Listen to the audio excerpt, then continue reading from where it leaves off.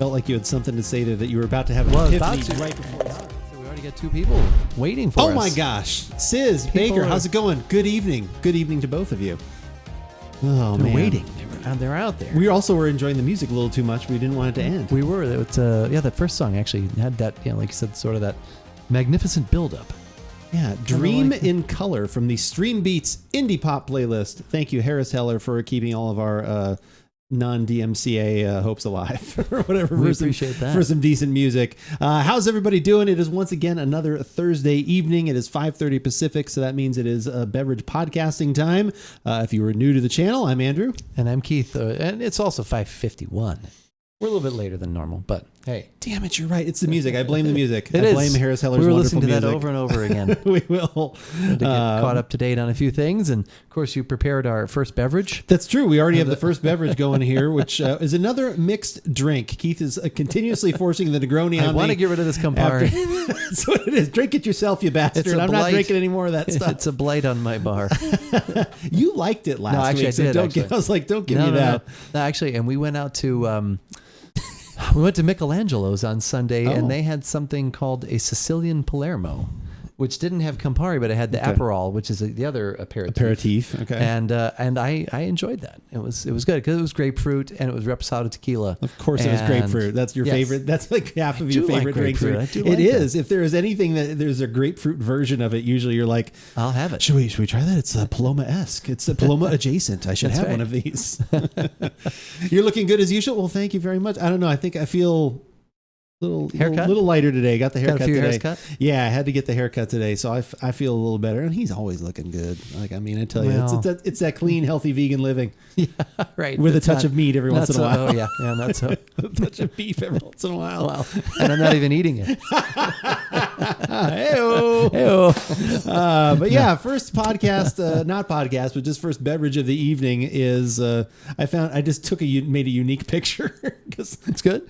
This is the one from the link that you guys can find. Like somebody dropped their orange in there. Their orange wedge. Oh, there we go. It doesn't even look like it. Almost looks like a mozzarella stick or something. I think it is an orange wedge, though. Okay, I hope so. I always like garnished with mozzarella stick. Ooh, God! Like when we watched that beer video, and he was like dunking that in there.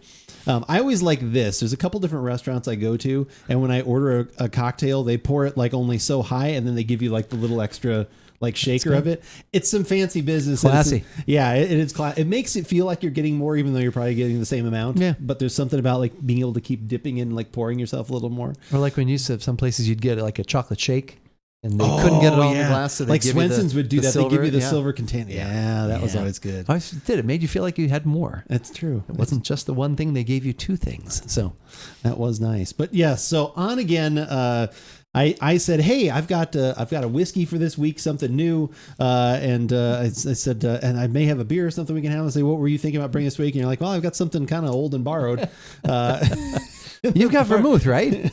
I still got Campari. Yeah, exactly. I was like, okay. You're like, I looked up recipes with all these things, and I was like, okay. But I was interested in three of them. This was one of them, but the other two was one that swapped out the gin for cold brew coffee.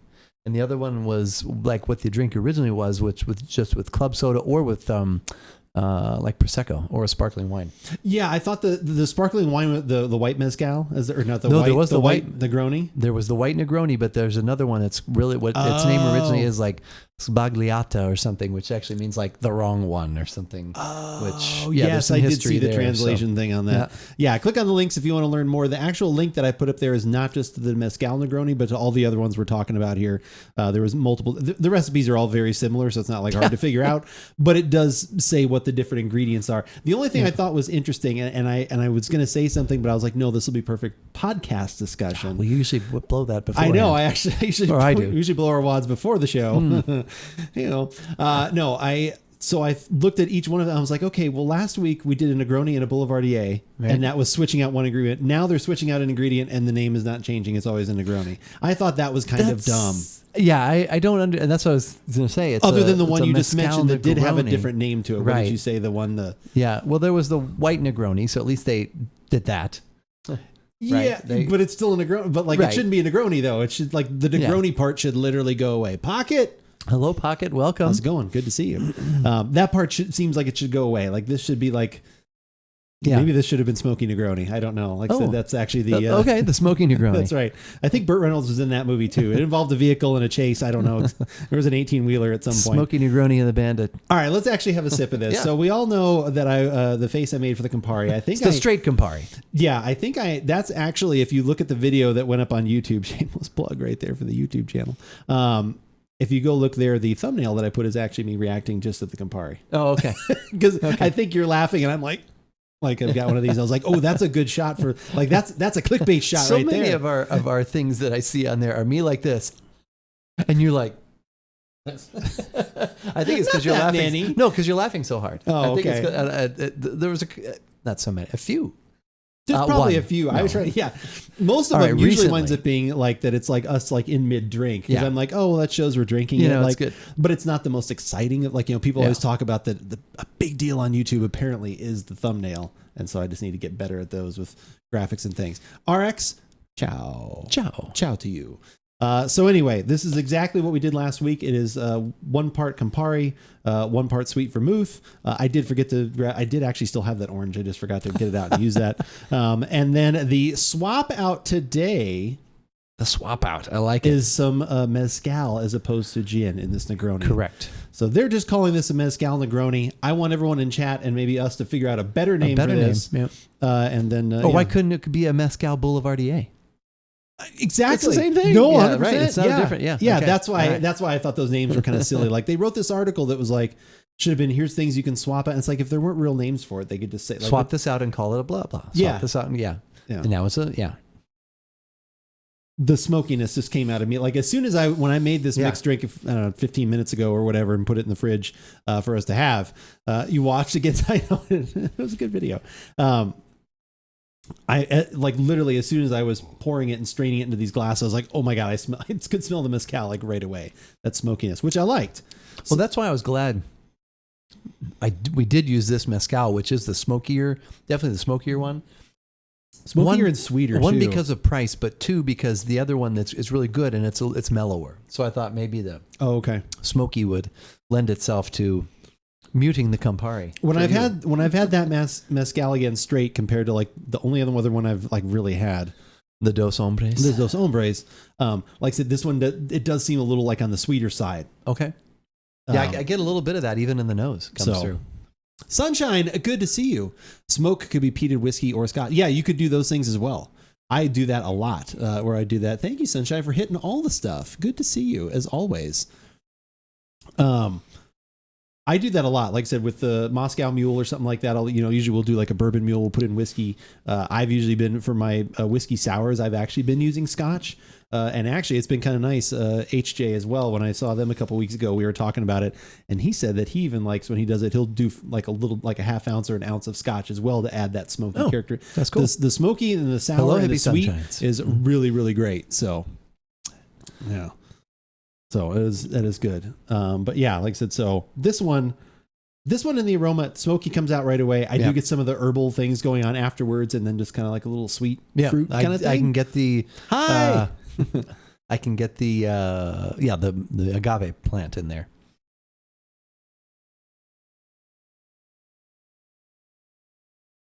I wouldn't drink this either.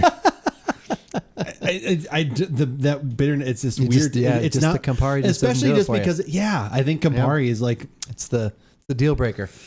It is. It's just because everything else in there feels kind of interesting, and like I said, it's supposed to be like this kind of refreshing summer thing. And for me, like this is like just past the tip of my tongue. It just hits this like extra bitterness, like plant herbal bitterness that almost gets medicinal.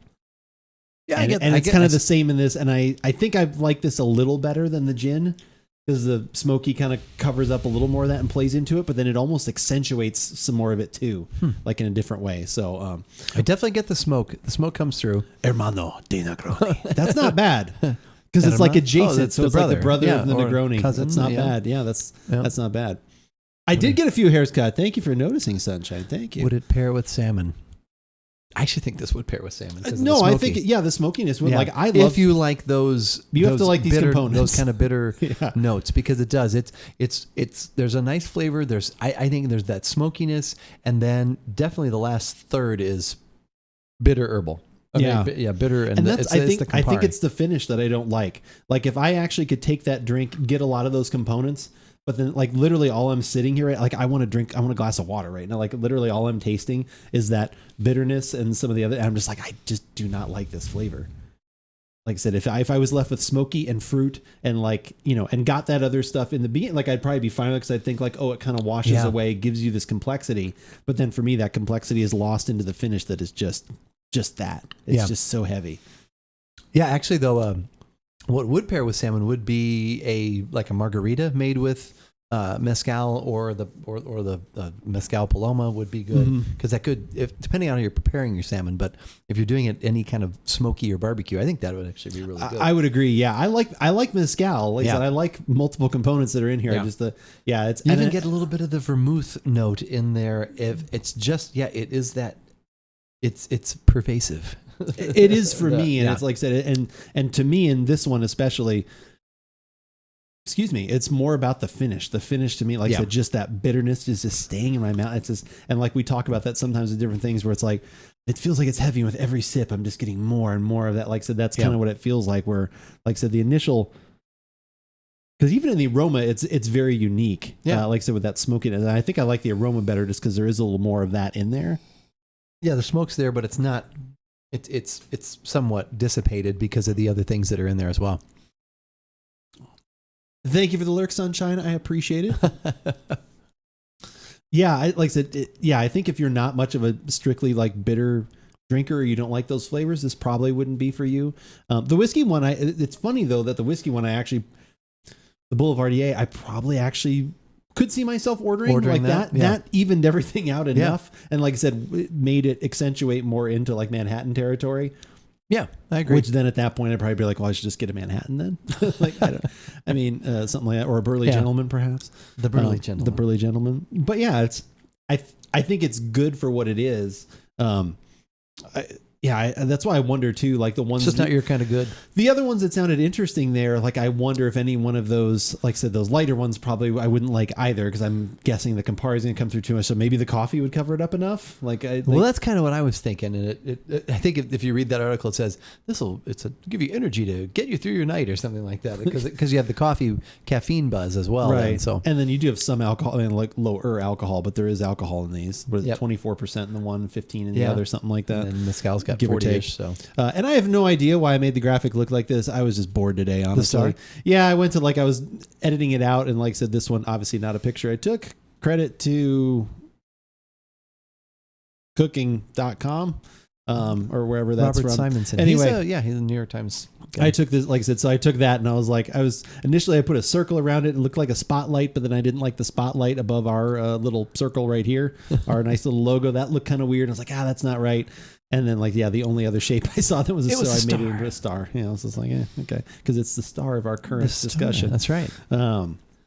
Featured item. But yeah, not like I said, I don't think, these anything, which is good now. I'm really good. Like we always talk about, like, finding something you like and understanding why you like something is almost as important as understanding why you don't like a certain flavor. Yeah. Not just going like, I don't like that. It's like, well, why don't you? Why? It's what we always talked about. And it's good to know. And again, there could be other Camparis. Are there other Camparis? There can't be only one Campari maker in the entire world. Is Campari only made one way? It might be. Well, that's terrible. Campari by Campari? Campari by Campari? Campari. I don't know. Campari. There's only one company that would make a beverage so gross. Everyone that works there is equally as bitter as the beverage itself. There's only one company that would make a beverage so gross. We are that company. I'll do their marketing for them, though. I'll be like, oh, it's terrible. We've got it perfect. We've got it. I could be their taste tester. Like, if I don't like it, they're like, we did it. We hit the mark. We got the blend right. So yeah, HJ, how's it going? Good to see you. We are torturing ourselves with one. I am torturing myself with one more Campari drink. But this, you know what? This is complete fair game because I was talking with had some wonderful people in chat this week as I was streaming, and they were talking about Southern Tier Brewing, which turned into our Pumpkin Beer podcast. Oh. I torture you with those every year, so this is just fair game right back at me. Maybe it is an acquired taste. It could be, and that was why I was just saying right as you walked in, like I was asking if there are other Campari makers besides this one, because maybe some people dial that back just enough. You should try it again straight. No, I'm just kidding. Yeah. I wish I have that clip. That'll probably be going up on TikTok or something. I had a like feeling that. it was going to be TikTok worthy. That'll make it on TikTok at some point. Keep trying and find it bearable. Yeah. Well, that's what I thought. So this one we did here. This one is with Mezcal. We did a Mezcal Negroni. Some people already in chat. What did we dub it? Hermano de Negroni. To find a different name for it because it kind of seems lazy just to say the ingredient, because if you change out an ingredient, it should be something different. I mean, you change like what do you call it? Like your garnish in a drink can change. What is it? Like it's a martini if it's got olives, but then if you put a onion in it, it's gimlet or something like that. It's like, so if you make this kind of a wholesale change, but yeah, we put Mezcal in here based on an article that had some other different versions, right. Coffee being an interesting one. Unfortunately, they need to do here's the Negroni and here's what you switch out for the Campari. Yeah. don't switch out the other alcohol. There we go. This is my new drink. Okay. Sweet vermouth, gin, and something, and whiskey maybe. I don't know. Maybe that's what we add together. I'm not sure. Well, I guess I did some articles mention using the Aperol, which I have not had straight, but it's probably going to be, I think it's similar. The iconic Campari. Red Italian bitter. I think it's just... The Campari group. There's a Campari consortium I'm looking at. What if you put an onion in your Campari? I don't know. That might make it better. I don't know. Put like a nice Vidalia. Is Campari wine or whiskey? Oh, wait, what? Was that one of the... That's one of the questions. Oh, God. Neither. Italian bitter liqueur aperitif. Wait, where was that started? In the 19th century in a coffee shop in Milan by Gaspare Campari. Campari. Yeah, I do not see anything else. Oh, well, here's the Campari bitter. That looks... it's probably just a different... Campari aperitivo. Campari cask tails. Wow. Okay. Cask Tales from the Crypt. Huh. How do you use Campari in salad dressing? Okay. How to use Campari? They just show him take the bottle and he just drops it in the trash and then makes the salad dressing. How to use Campari? Yeah. First, get rid of the Campari. Yeah. Second, well, it's like how Uncle Joe used to say how much vermouth to put in a martini. It's like you just wave the cap near the gin and then set it to the side. Yeah, that's interesting. Yeah, well, it's funny that the three components. We're only seeing articles that remove the spirit. The best part. Why can we remove the aperitivo? Yeah, can we remove the other thing? Cold Fashion is fun mix with cold brew coffee. So you make an old fashioned, but with cold. Do you add cold brew to a typical old fashioned, or do you take something out and put the cold brew in place? All right, that sounds interesting. Cold fashioned. I'm gonna look at that cold thing. Fashioned. I knew that was going to come up. I typed cold fashion into Google. It says people wearing coats in the frozen tundra. Fashion. There it is. Cold fashioned drink. Cold fashioned. Let's click on that. See, look, cooking. We normally would have had a thing adapted there. by Robert Simonson. And what don't we have here? We don't have a pop up. No pop up. Yields one drink, time 5 minutes. 1 1/4 ounces Irish whiskey, 1/2 ounce of cold brew coffee liqueur, 3 dashes orange bitters, fresh orange peel. Oh, okay.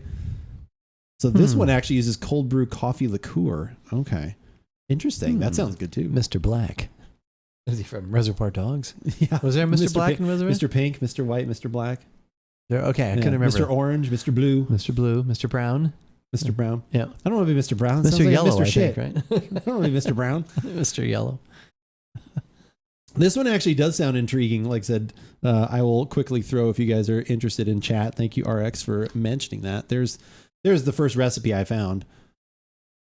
And if you guys get hit by a paywall, like I said, again, it's 1 1/4 ounces of Irish whiskey, single malt. He was very specific with the single malt, but you don't have to go that way if you don't want to. 3 dashes orange bitters, 1/2 ounce of black cold brew coffee liqueur, Mr. Black. Gazoon tight, good sir. I sneezed smoke. I was like, whew. And that is something they have at Total Wine. So you can find that at Total Wine very easily. $32 for a 750 ml. Cold fashioned is the America style cold fashioned. It's the Milano style. Oh, okay. Cold fashion. Cold fashion. All right, so Mr. Black coffee liqueur, 100% specialty grade Arabica coffee blended with pure Australian vodka. Why? Ethically sourced from the top growing regions with no artificial flavors. Buy now. Why did we waste that coffee? Why did we waste the coffee? Yeah. Some perfectly good coffee was sacrificed. Was ruined today to make that. To make the liqueur. There was some coffee that was ruined during the making of this. Yeah. That's pretty funny. All right, so there's that one. Let's look. We'll click on one more drink here to see what it does. Cold brew IPA. Yeah. Yeah, we actually, one of our favorite Stone IPAs, right? Stone Brewing had it was a coffee IPA, and we thought it was going to be crazy. And it wound up being like one of our favorite things. Like we kept buying that like nobody's there for business. a while. That was that was like big hit. That's not your birthday. No, that's not even my birthday. Nope. I always do mixes of like that a lot person's of older things. than I am. Yeah. Jameson Irish Whiskey Kahlua Amaro cold brew. All right, so this one sounds like maybe a little bit more like what RX was talking about in this cold fashioned, but not cold fashioned. Classic cocktail on coffee. So 1.5 parts Jameson, 1 part Kahlua, half a part Amaro, and 1.5 parts cold brew coffee. So that sounds like a little bit more there. Hello, long time. How's it going? T-Wolf, how's it going? Good to see you. How are you this fine evening? We are talking about... It's been such a long time. I hope he doesn't have to go already, though. I think you should be going. Yeah, I think you should be going. And I know that's from Kahlua's website. The but it is what it place that I was thinking of as you drive into Phoenix that had live concert venues, Compton Terrace. Oh, yeah. That was the name I couldn't I've been straight out of there a few times. Straight out of Compton Terrace. Nailed it. I'll be here all week. Oh, actually, so I've gotten addicted to, thanks to speaking of, since HJ is in the house, I've gotten addicted to, obviously you've heard of Wordle. Oh, of course. Have you tried We do Wordle. Oh, yeah. Yeah, we just started doing that one the other day. That's got to be too easy for you. It's not actually. If you don't know, it's like Pocket and I will talk about this. Essentially, if it's like 30 seconds of the same intro and you didn't know it from the beginning, you're not going to know it. I mean, every once in a while. Have you been doing it consistently? Yeah, we do it consistently. Okay. We'll do it. Actually, it's kind of like part of the nighttime routine. Oh, okay. All of a sudden that's how Wordle used to be for us. And then I kind of dropped off that. Hurdle and Wordle. And Wordle I got like too in this zone where I saw too many like spoiler kind of things where here's the 2 words you use and it makes it really easy. Oh, okay. You know, it was like if you use this word, you eliminate like 6 letters. If you use this word, you eliminate like another 6 letters, and you'll usually get at least, you know, it's almost like when you play Wheel of Fortune and it's like go do all the RST, LNs and E. Oh, you know, right. It's like figuring out and I forgot what those 2 words are now because I haven't done it in so long, but so maybe I should go back to it. But you'll do you do those and you get some, and then from there, it's like usually you can get it done. Unless you play it, do you do the hard mode for Wordle or no? No, we haven't done that. We haven't quite graduated to that yet. Okay. But anyway, back to Hurdle. But Hurdle's fun. Yeah, no, we'll do that. Every once in a while, like, you know it, like, right.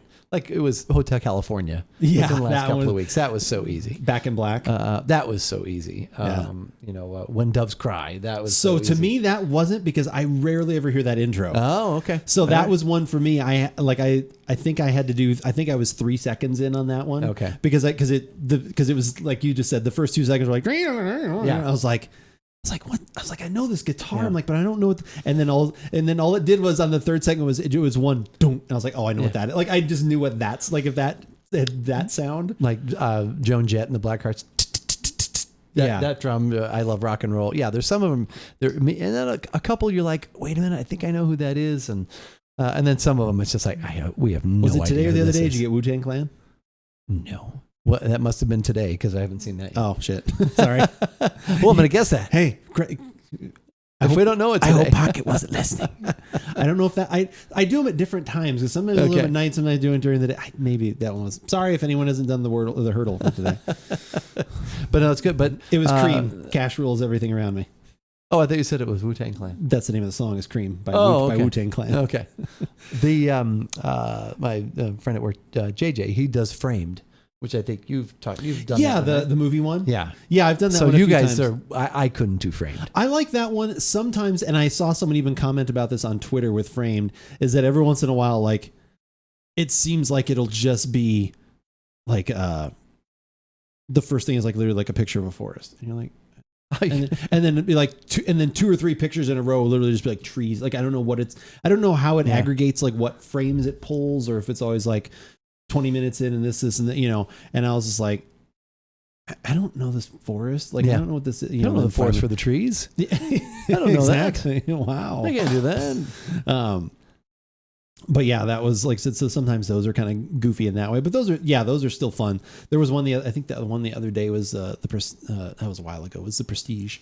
I saw that. Yeah. But there's no way I would remember. I just remembered it because I think, because that was the one that had Hugh Jackman? David Bowie playing Nikola Tesla. Oh, that was like literally like the second frame they showed. I was like, there was only one movie where David Bowie plays Nikola Tesla. I know this movie. I think he said, did you do it today? What? Framed? No, I have not looked at Framed in a while. Okay. Is there one for today? Did you already do it? No, I didn't do it. JJ told me what it is. So is it one I should know? I think so. Well, should we look at it right? Well, can I do it on the screen here? I don't know.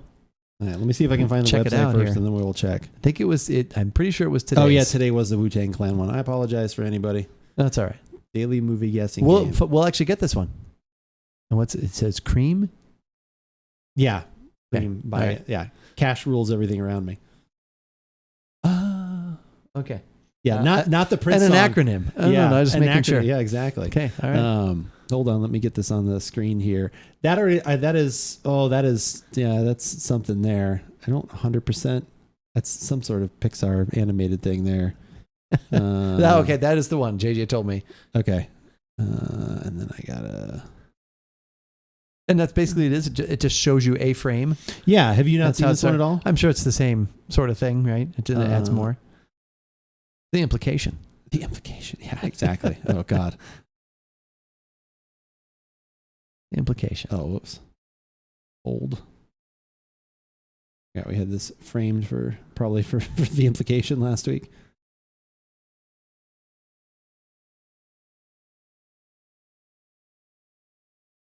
All right, so this is the one we are guessing today. Maybe we start doing this every week. We just guess whatever the one is.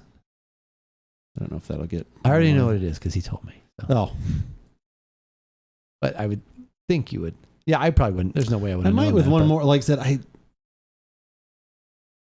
it's definitely a Pixar or something, I think. Glasses look familiar. I don't think that's that. That's what I was going to say. I thought maybe it was Up because of the glasses. Is it Up? It is. Okay. That's honestly what I was going to type in as my guess. Yep. So it doesn't show you consecutive frames. It just shows you different frames? It shows you different frames from the movie. I wish you could go back and like let's show the other. So like here. So like you see this one? Right. This would have been the second one they would show you. This would have been the third one. Okay. I would have known that. And then that one. Oh, obviously. By there you'd know that one. Yeah. And then that. Yeah, of course. Okay, good. Yeah, the glass. I thought that was Up. Guardian Down, also good to see you. Guardian Down is up. Guest up. He's up right now. Guest up. Why did we have to talk about Up? That gets me right. Well, that's why I thought you'd know it. One of my favorite movies. Shall we break the sadness with a beer? Maybe. I think so. I know you're not going to want to break it with that. That's just going to continue your sadness. That's going to make you a man of constant sorrow. Of constant sorrow. Oh, it is medicinal. And that's, I guess kind of what it's supposed to be, but... You know what I'm missing in my alcohol? Medicine. Robitussin. That good old-fashioned taste of Robitussin. Exactly. Put a little tussin on it. Get some tussin. That's how you get it. That's right. Let's get some water and clean out all Maybe of this. Maybe a chip or two. The chips are few and far between. There are some. It's probably that same bag that we were getting. Okay. We haven't gone. We might be going to Costco this weekend. So all right. You're more than welcome to dive for those. We're going to take a quick break, and then we've got a very interesting beer. This is why Walgreens has wine 100%. RX with the facts.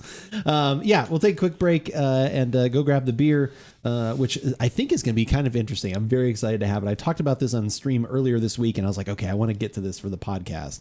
Good. So I think it should be good. Looking forward to it. Some prior to it's a very loose definition of wine when it comes to that stuff. All right, I need to refresh this quick.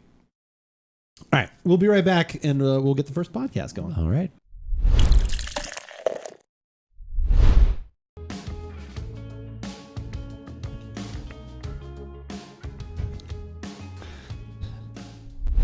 Good time.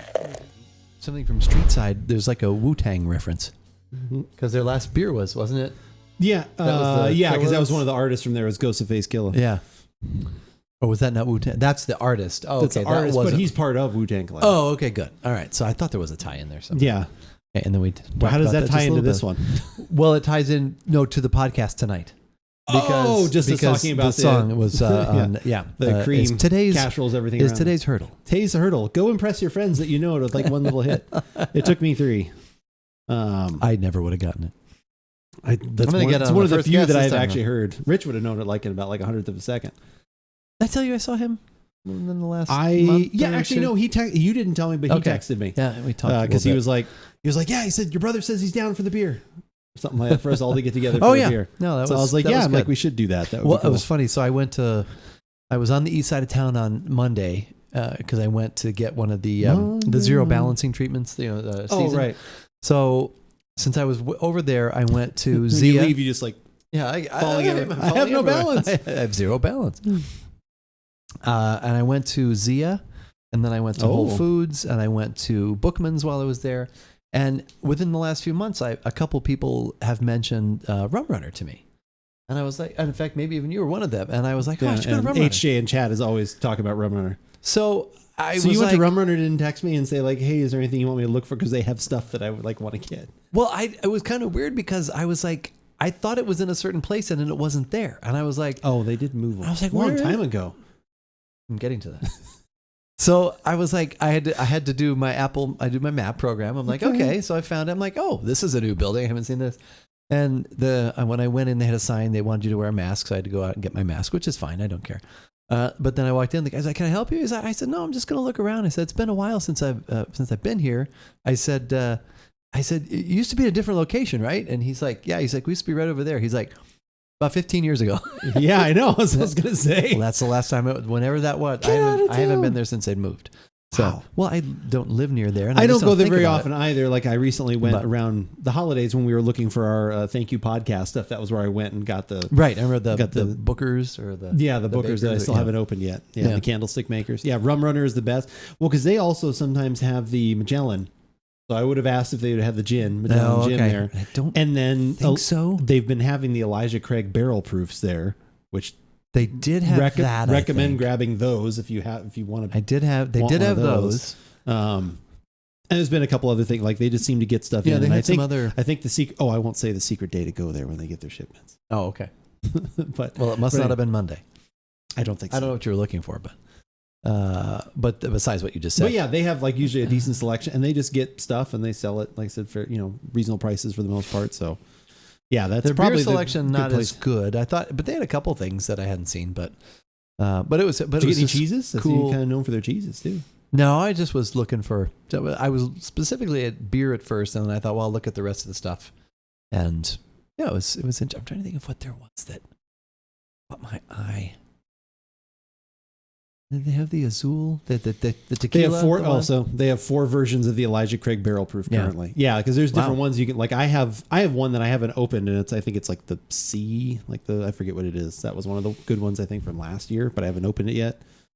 And at least I think I haven't opened it. I should ask my wife if it's been opened. Well, you haven't opened it. If the secret cabinet has been opened. It might be opened. Too many people know the combination to my cabinet. Yeah, apparently too many people know the combination. It's in the vault. It's in the vault. The 2022 Cadeas was announced, but is going the way of video game pre-orders. Wait, what is that?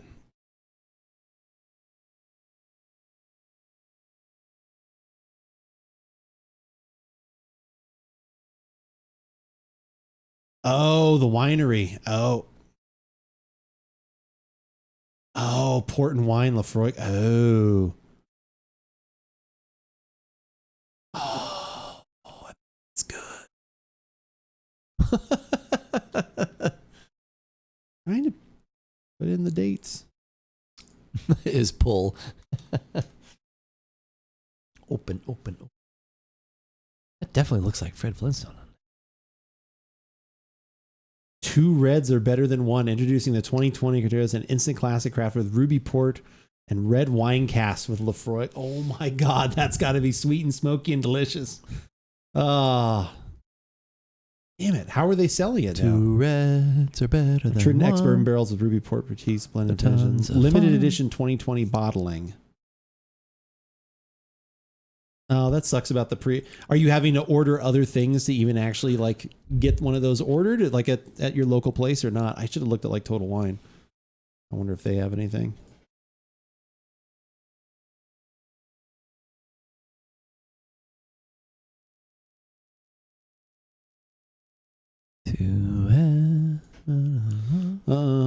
Frick is the 10-year, the quarter cask, which is always man, these are getting expensive.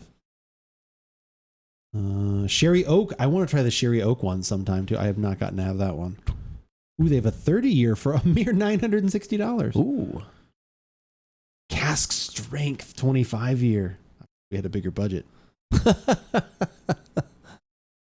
right, nothing interesting there. Okay. I almost bought remind me to ask the thing I almost bought when we do the whiskey podcast. Okay. We've got a beer that we got to deal with. We've got a beer. Yeah, we can deal with it. Don't worry, we can handle it. All right, so we are going to record. The demand for spirits seems to be in overdrive post-COVID. It definitely has been creeping up, and it's now more about and the worst thing that can happen is probably what we do, which is review something or someone else writes an article about something, because then it just starts literally flying off the shelves. Yep. It's very frustrating. And just, as soon as something wins some awards, I can't remember which one it was. There was something recently. Were you talking to me about it? There was something where it was like, hey, have you had this? And I was like, no. And they're like, well, it just won 2 awards. And someone was like, said they can't, I don't know if it was Fisk was talking about it or something was saying they couldn't find it, or it was something I hadn't heard of, but you're like, yeah, I guess it's getting some, and so anything, as soon as it starts getting notoriety, if it's not the more mass produced type stuff, it's just unfortunate. It becomes a pain to find. And then the biggest problem now is there's actually such a huge secondary scalper market with whiskeys and stuff now. People just start drinking things. They buy it just so they can keep it, and then they try and resell it and everything else. I get it. We all need some money. If all of a sudden I found a bottle of Pappy, I'd probably have trouble not selling it for the insane amount that you could get for it and drinking it myself. But I probably would I'd rather share it with my family. I'd probably rather, just charge my family $100 a shot and share it with them. There you go. Just a nice, keep it in the family. Charge us some money. It's what Dave always used to say. Yeah. Okay. We'll stop right there. All right. We're going to record a podcast right now. If you guys have not been here for a podcast, shame on you. No, I'm sure you see them plenty up on YouTube and everywhere else. When we record the podcast, we do take down some stuff because this will probably go up as a standalone thing on YouTube. So I don't know why I hide that. We're not really hiding that we're on Twitch because we talk about it 10 times throughout the podcast. True. But anyway, we just kind of clean up some of the graphics and just kind of make it a little bit more. Keeps it a little tighter. Yeah, just a little bit. But this full archive will go up on YouTube as well. That goes up every Tuesday. And like I said, then the podcast along with Keith's beautiful verbiage also goes up on Thursday. So that is what we get. My little stories. That's right. I like it though. I like it. It's like the tale of the drink. I have to go back and look at things because I get in the habit of starting out the same way. If you're a listener, if you watch it, I'm like, I got to start it a little bit differently. If you want to dance and hold my hand. Oh, wait, that's a song. I got a 12-year-old bottle of Jameson. How much can I get on the black market? Is it a regular bottle of Jameson that you haven't drank in 12 years, Guardian? Or is it that you actually have? Because I don't know if Jameson makes aged spirits of that length. So I am waiting for this answer with bated breath, and I think I know what it's going to be. I've had this bottle in for 12 years. Wait, it's you can actually see the lines where it is actually evaporated. You can see evaporation lines. Maybe that makes it worth even more because it's concentrated. All right. We're already recording. We've got that going on. I think I am ready. Let's wait here, see if when's Guardian want to tell us the secret. It's got to be 12 years, 3 different houses. Holy business. Oh, that's even more of a story than I thought.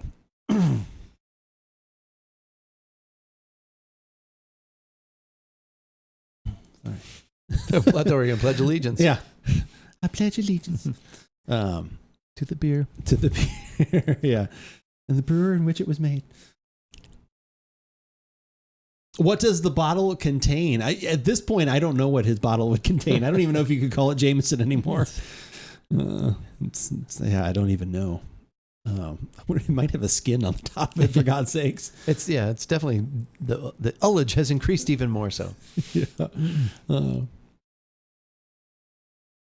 So a few weeks ago, we tried a beer from a Streetside Brewery. It was a very interesting Gosa. It was their Gosa Face Killa. I remember that, and it was very good. We really were happy with that. That was probably only the second maybe beer that I have had from them, but thankfully they are available a little bit more now at our local Tap and Bottle. So I've been kind of starting to seek them out. As soon as I find a couple things that I like, I'm like, ooh, should try that one. And so I've brought another one. I don't know. What are you thinking just by the logo on this, the label? Are you excited? I'm thinking Yabba Dabba Doo. And here's something I think I may have almost never said in our 14 years of doing these podcasts. We've got a Dunkelweizen for this Give It a Shot. I'm Andrew. And I'm Keith, and we are About Beverages. And the beverage that we are about today is the cereal milk from Streetside Brewery. And I did not know it was a Dunkelweizen. I must not have gotten that far down in the description. I'm not going to lie. Every time I look at this and think about it, I assume it's a sour.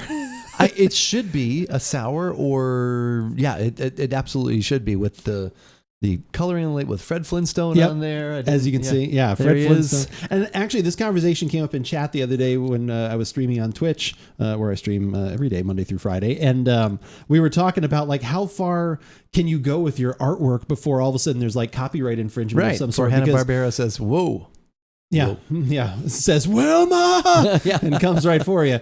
No, the like there was someone recently. I think someone was using labels that had like some either Mario Brothers or some sort of. And Nintendo actually, that was the story that they sent a cease and desist. Okay. I mean, Nintendo's kind of famous for that. They're very protective, which you should be if you're very protective of their copyright. But I've seen a lot of breweries do similar things to this, where it's like, wow, that is like on the nose, like that is Pulp Fiction, or that is something else, you know what I mean? Like a Seven, like what was the one from Seven? What's in the hops? That's right. Yeah, and then but it had that outline of that, or the shadow. Yeah, exactly. It had the shadow look of that. So, but if you want to read a little bit about this, their little line is: "You ever drink milk from the bowl of a cereal bowl? Yeah, that's this, brewed with precision to taste just like the milk from your favorite cereal." Dunkelweizen's a wheat beer, though, right? It's usually like a malty, like kind of something. I am not super familiar with it. If you guys want to educate us down here in the comments on YouTube or here on Twitch as we're streaming live, the description, let us know. But they say that we should get some strawberry, blueberry, and vanilla.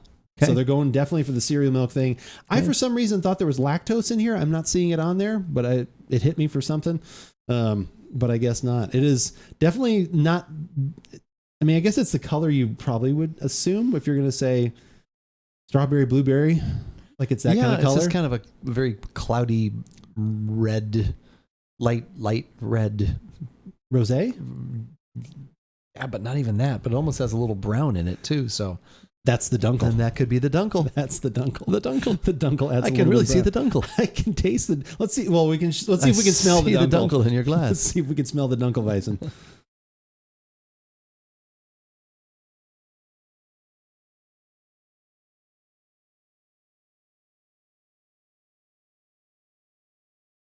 Definitely Yabba Dabba don't do that. That's pretty good. Yeah, this is like I said, the can, like I said, is very. I bought this a little bit ago. I think this is another one of those like $4 to $5 range ones. I honestly can't remember for people here in chat. Aren't they all? Well, most of them. Yeah, it's and more. That's why, sadly, it's not the only reason, because I think their beer is still quality, but that's a lot of times I still look to Stone and other things. It's like, well, if I search for one of those, I probably can get it for under $4 and be happy with the IPA or whatever else. Like, I always have to I'll pick out like 2 or 3 things. I'm like, I need to find something that's cost effective. Like, this is ridiculous. How does the nose feel? Is that a reference to the fact that I actually got my nose in the beer? Could be. The nose feel is cold and wet. Are you ready? Yeah, I think so. Yeah, I have some thoughts.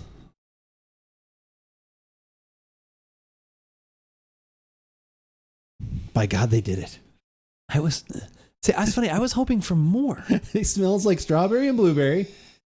I guess vanilla because there's a little bit of sweet. And then I'm smelling like grain, like you would get. Like, yeah, I get that. And that's probably the base of like the Dunkelweizen. Like I said, I'm smelling like those malty kind of grains, what you would think of actually like more of like a Rice Krispie kind of cereal itself, like that kind of thing. And then it's got the other, it smells really good to me. I actually kind of like the aroma. It's funny. I'm having trouble. It's not like jumping out to me. Okay. You're getting the fruit though, There's right? something though. I get some fruit. Yeah. Strawberry more to me than blueberry. Strawberry really strawberry. big. A little bit of blueberry after that. Like I Yeah. said, that's kind of like the underlying note. Yeah, and then the vanilla and like the grains, like I said, it's really the like malting it, like an oatmeal or like a like I said, like a Rice Krispie or that kind of aroma is in there. I am very excited for the taste of this. I've had to jump back in there a few times, but those things are definitely there for sure. Yeah, diving in. Okay.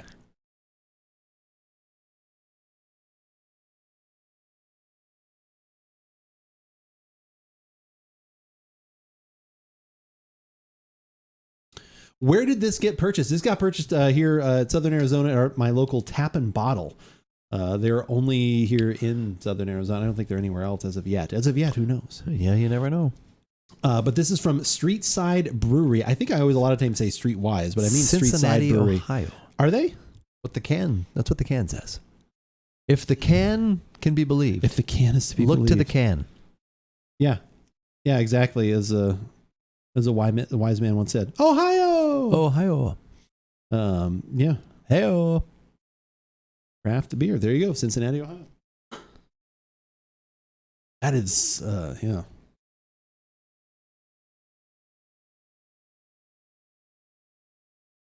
Ohio.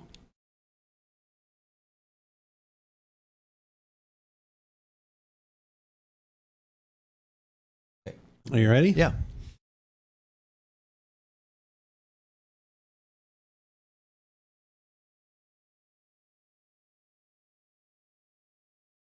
That is delicious. You definitely get the milk. You do. It does taste like literally like the graininess, like at the end of a cereal bowl. You totally get that. That very like last bit as you pour that in. Because you're getting, like I said, some of the cereal that's been in there. It's because it's a little thick. I don't know how they nailed that, but they did nail, like that part is, there's not as much fruit as I thought there was going to be. Which I'm glad. Like I said, I didn't necessarily, like I said, reading what the style was, just stepping it back from knowing that it's not a sour or a tart. I'm glad it's not quite that strong. So to me, it is that nice blend of literally what they say you'd get at the bottom of the cereal bowl. You're getting some of the fruit, a little bit of sweet in the vanilla. And then, like I said, the grains in there like really come out. I think this is really good. It's very interesting and I like this. And I do like it. Yeah. It's, it's the oddest sensation with the milk. The cereal milk finish. It's the cereal milk finish. This is really good. Now, the only thing I would like to know for my own just kind of information would be like, I need to have like just a classic Dunkelweizen just to know what that's bringing to the table. Yeah. Like, cause I'm assuming it's kind of probably the support character of the grain, like kind of thing that's giving it the cereal base. Yeah. And then they added in, like I said, the other, flavors and stuff. But I think that is absolutely delicious. I would totally buy another one of those. That is really good. I like it because it's not as over the top. Like I said, some of the sours we have, like, and I love those too. Like I said, that tart and fruit and everything else. It's just this nice, just mellow, just kind of flavor. But it is very flavorful. But it's got a layer of milk. Yeah, it's true though, because when you're eating the actual cereal, you get a lot of the fruit, and then what's left is just a little bit. Right. It's not like it's fruity milk necessarily. It's milk with a little bit of that in there, and you taste the milk. So that's a good balance actually. That's a very unique balance. Yeah, I like it. Also, very unique balance. Oh my God, perfect. Uniquely balanced. Right. Uniquely balanced is our website, AboutBeverages.com, where you can find everything we have ever done as a duo here at About Beverages, whether it was recipes, podcasts, videos, articles, all that stuff is there, complete and fully searchable on the website. If you only want what we've done recently in video form, YouTube is the best place to go check that out. We'd appreciate it if you go there, hit the subscribe button. Always helps if you watch as well on some of our fully archived shows that we do on Thursday evenings, or if it's a podcast like this, any of those always helps out. And then if you only need it on audio form, if you're on the go or you just want to listen to it in a podcast or be able to revisit it that way, obviously iTunes, Spotify, Google Podcast. If you have a favorite podcasting app, you can probably search for About Beverages and you will find us there. And then there are also... That's it? Oh, wait. No. I swear there's something else. No. That's right. We're also on social media. Oh, my God. The 3 pillars of social media. What are we doing? That's right. TikTok, Instagram, and Twitter, which is the one that we use most often to keep you up to date on what's going on at About Beverages. Like earlier this evening when I tweeted that we were about to go live on twitch.tv/AboutBeverages, which we do most Thursday evenings around 5:30 Pacific. Sometimes a little bit later, but about 5:50. Yeah. But 5:30 is what we shoot for. But never at 6. Never at 6. Never at dusk. Never at dusk. And that's when we get together and hang out with everybody and try some beverages and talk about whatever happens to pop into our brains or our listeners' brains, and have a lot of fun doing that. Also, throughout the week, Andrew's going to let you know what he is doing in the gaming world, what's new, what he's revisiting, what he's... I don't know. It's probably Destiny. What's going on? Let's be honest. It's probably Destiny. It's Destiny calling. It's Destiny, yeah. And what he'll be drinking while he's playing Destiny. Probably this beer.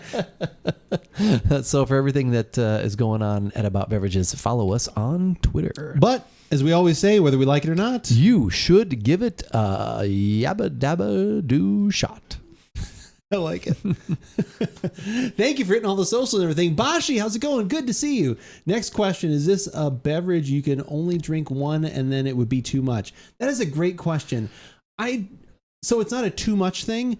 I don't think this is something where I would want more than one of them. I could drink this full amount. Like Keith and I are splitting a 16-ounce pint can right now. I could drink a full one of these. I'd go on to something else. But then I'd want to go on to something else. But that's just more just how I like to drink things. Like I don't usually stick with the same flavor profile and stuff like that. No, that's true. I will during the, like on my, if I'm making dinner or something, I start out with one thing and then move on to something else. I'm not usually having two of the same thing on the same night. Yeah, it is rare. Even if it's a mixed drink or a whiskey or something like that, usually I have a certain portion and then I want to have try other things or enjoy flavors, other things. But yeah, I mean, you easily could. I didn't look at the alcohol. The only thing that would be prohibitive, this is probably in that $5.50 to $6 range, and it's 5.5% alcohol, so it's pretty much a sessionable beer. So that wouldn't be an issue.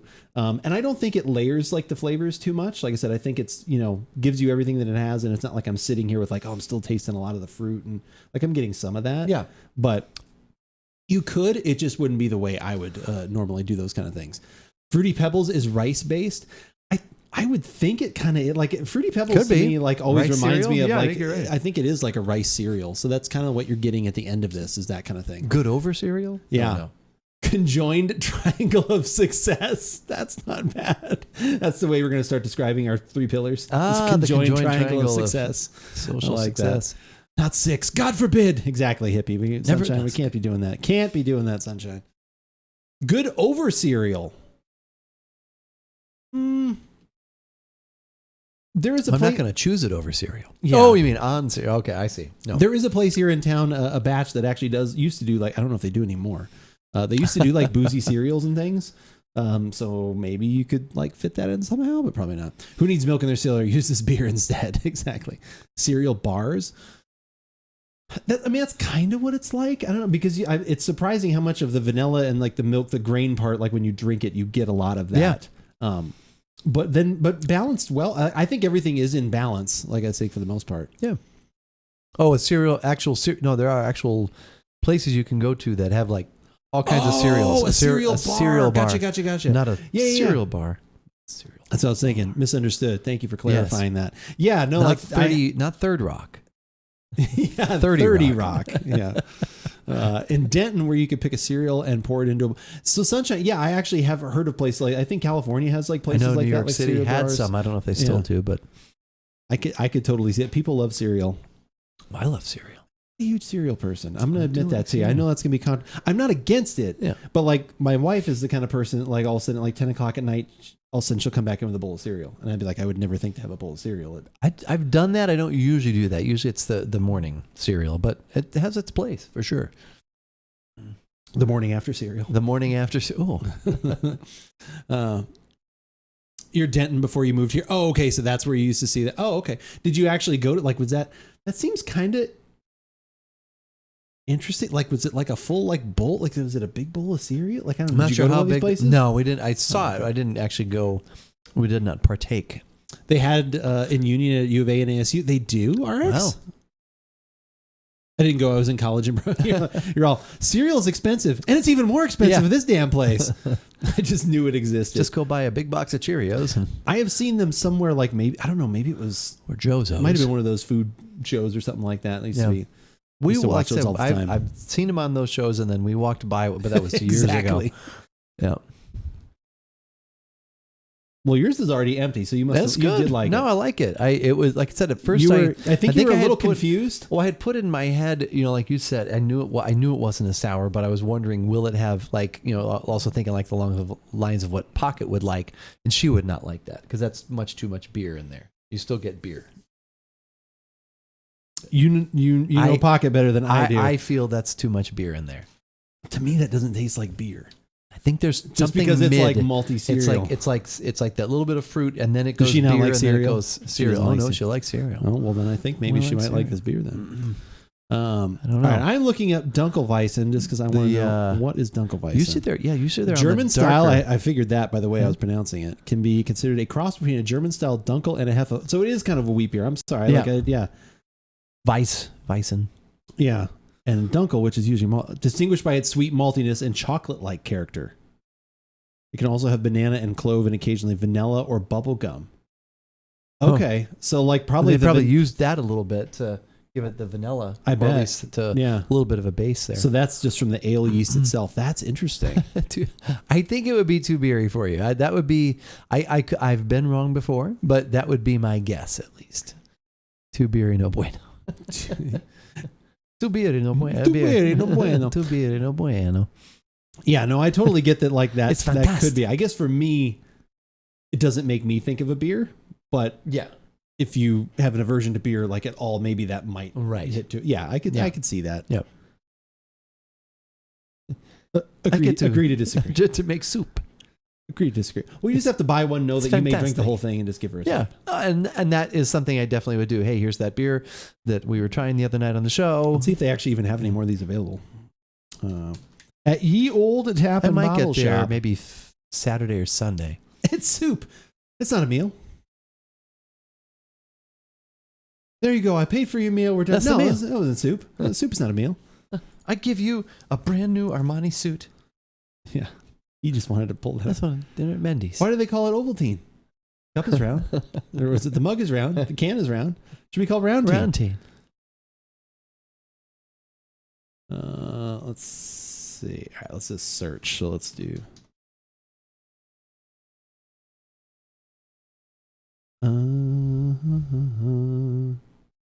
They're out. This was a while. I have had this one for a while. I'm not going to lie. Wait. Yeah, they don't even. They have Sofa King. Delicious ruby toned. Oh, an Imperial Red. Wait, IRA with zesty food.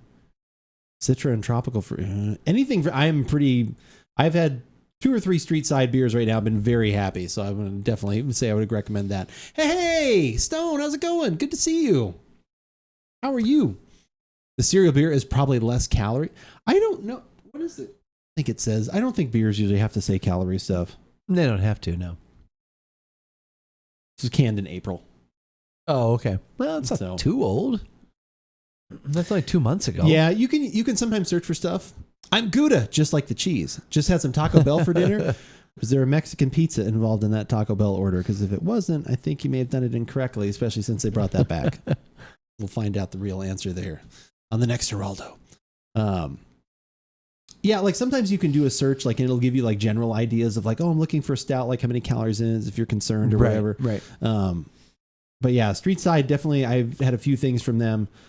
Definitely would recommend so far. I've got another beer from somebody. I don't think it's Streetside, but it's, remember I told you I bought one of your all-time favorites. I bought a barley wine.